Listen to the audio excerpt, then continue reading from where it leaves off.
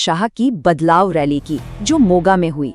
इसे आप कह सकते हैं कि 2027 चुनावों के लिए बीजेपी के अभियान का ऑफिशियल लॉन्च माना जा रहा है। और इसकी टाइमिंग देखिए कितनी दिलचस्प है। ये रैली ठीक तब हुई जब पंजाब की आम आदमी पार्टी सरकार अपने 4 साल पूरे करने जा रही थी। और देखिए ये रैली मोगा में क्यों हुई, इसके पीछे भी एक बड़ा गणित है। मोगा आता है मालवा बेल्ट में, जहां पंजाब की 117 में से सोचिए पूरी 69 विधानसभा सीटें हैं। मतलब साफ है बीजेपी का निशाना कितना सटीक और सोचा समझा है। वही कहते हैं ना कि पंजाब जीतने का रास्ता मालवा से होके गुजरता है।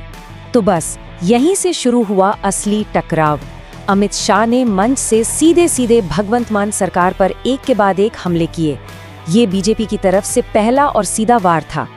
और उनका ये एक जुमला मुझे लगता है पूरी रैली का निचोड़ था। उन्होंने कहा, ये आप सरकार नहीं, आपदा सरकार है। मतलब आप यानी आम आदमी पार्टी और आपदा मतलब मुसीबत।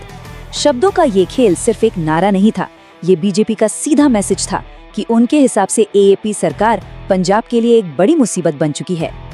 अमित शाह यहीं नहीं रुके, उन्होंने एक एक करके कई गंभीर आरोप लगाए। उन्होंने कहा कि भाई जो पंजाब कभी अपने बहादुर जवानों और मेहनती किसानों के लिए जाना जाता था, आज वो ड्रग्स, करप्शन और गैंग वॉर में डूबा हुआ है। इसके साथ ही उन्होंने ये भी कहा कि पंजाब से इंडस्ट्री बाहर जा रही है और धर्मांतरण के मामले भी बढ़ रहे हैं। फिर बात आई पैसों की। बीजेपी ने एक बहुत बड़ा आंकड़ा सामने रखा, 800 करोड़ रुपए। उनका आरोप था कि एएपी सरकार ने ये पैसा, जो कि जनता का पैसा है, विकास पर लगाने के बजाय अपनी ही पार्टी के विज्ञापनों पर उड़ा दिया। ये एक बहुत बड़ा और सीधा आरोप था। अब आते हैं बीजेपी की अपनी स्ट्रैटेजी पर, जिसमें एक बहुत बड़ा बदलाव देखने को मिला है। देखिए, पंजाब में बीजेपी हमेशा से शिरोमणि अकाली दल की जूनियर पार्टनर रही है ना, लेकिन अब उन्होंने एक नई राह पकड़ ली है, एकला चलो की राह। तो बीजेपी का प्लान अब एकदम क्लियर है। पॉइंट नंबर 1, अकाली दल के साथ अब कोई गठबंधन नहीं। पॉइंट नंबर 2, पंजाब की सभी 117 सीटों पर अकेले चुनाव लड़ेंगे। और पॉइंट नंबर 3, जनता को डबल इंजन सरकार का वादा, मतलब कि केंद्र में भी बीजेपी और राज्य में भी बीजेपी, ताकि विकास तेजी से हो सके। लेकिन कहानी यहाँ खत्म नहीं होती। अब जरा सिक्के का दूसरा पहलू भी देख लेते हैं। जैसे ही अमित शाह ने ये सारे हमले किए, पंजाब के मुख्यमंत्री भगवंत मान और आम आदमी पार्टी ने भी उतनी ही तेजी से और उतने ही तीखे अंदाज में पलटवार किया। भगवंत मान ने तो अमित शाह के इस दौरे को एक नया नाम ही दे दिया, डिजास्टर टूरिज्म, यानी आपदा पर्यटन। उनका कहना था कि बीजेपी नेता बस पंजाब आते हैं, यहाँ की बुराई करते हैं, फोटो खिंचवाते हैं और चले जाते हैं, राज्य के लिए कुछ करते धरते नहीं। और यहाँ पर जुबानी जंग और तेज हो गई। एक तरफ जहाँ बीजेपी खुद को पंजाब की अगली बड़ी ताकत बता रही थी, वहीं दूसरी तरफ आम आदमी पार्टी ने मजाक उड़ाते हुए उन्हें स्कूटर पार्टी कह दिया। मतलब स्कूटर पर तो 2 ही लोग बैठ सकते हैं, है ना? तो उनका तंज था कि क्या बीजेपी के पास पूरी 117 सीटों पर लड़ने के लिए उम्मीदवार भी हैं? अब बात फिर से पैसों पर आ गए।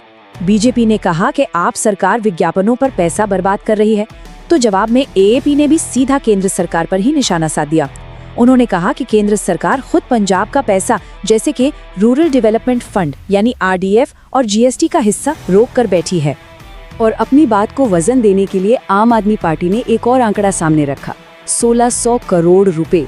उनका दावा है कि पंजाब में जब इतनी भयानक बाढ़ आई थी तो केंद्र सरकार ने ये पैसा बतौर मुआवजा आज तक नहीं दिया है। तो यहाँ केंद्र और राज्य के बीच की ये खींचतान बिल्कुल साफ दिखती है। तो कुल मिलाके इस एक रैली और उसके बाद हुए पलटवार ने 2027 के चुनाव की तस्वीर काफी हद तक साफ कर दी है। अब ये बिल्कुल क्लियर है कि पंजाब की अगली बड़ी राजनीतिक लड़ाई किन मुद्दों पर लड़ी जाएगी। मतलब बैटल ग्राउंड सेट हो चुका है। तो 2027 के लिए जो मुद्दे तय हुए हैं वो हैं पंजाब में ड्रग्स और लॉ एंड ऑर्डर की हालत, दूसरा राज्य सरकार और केंद्र सरकार के बीच पैसों का हिसाब किताब, तीसरा किसानों के मुद्दे और एमएसपी की गारंटी का सवाल, चौथा दोनों तरफ से लगाए जा रहे भ्रष्टाचार के आरोप, और आखिर में पंजाब की अपनी पहचान और स्वायत्तता का मुद्दा।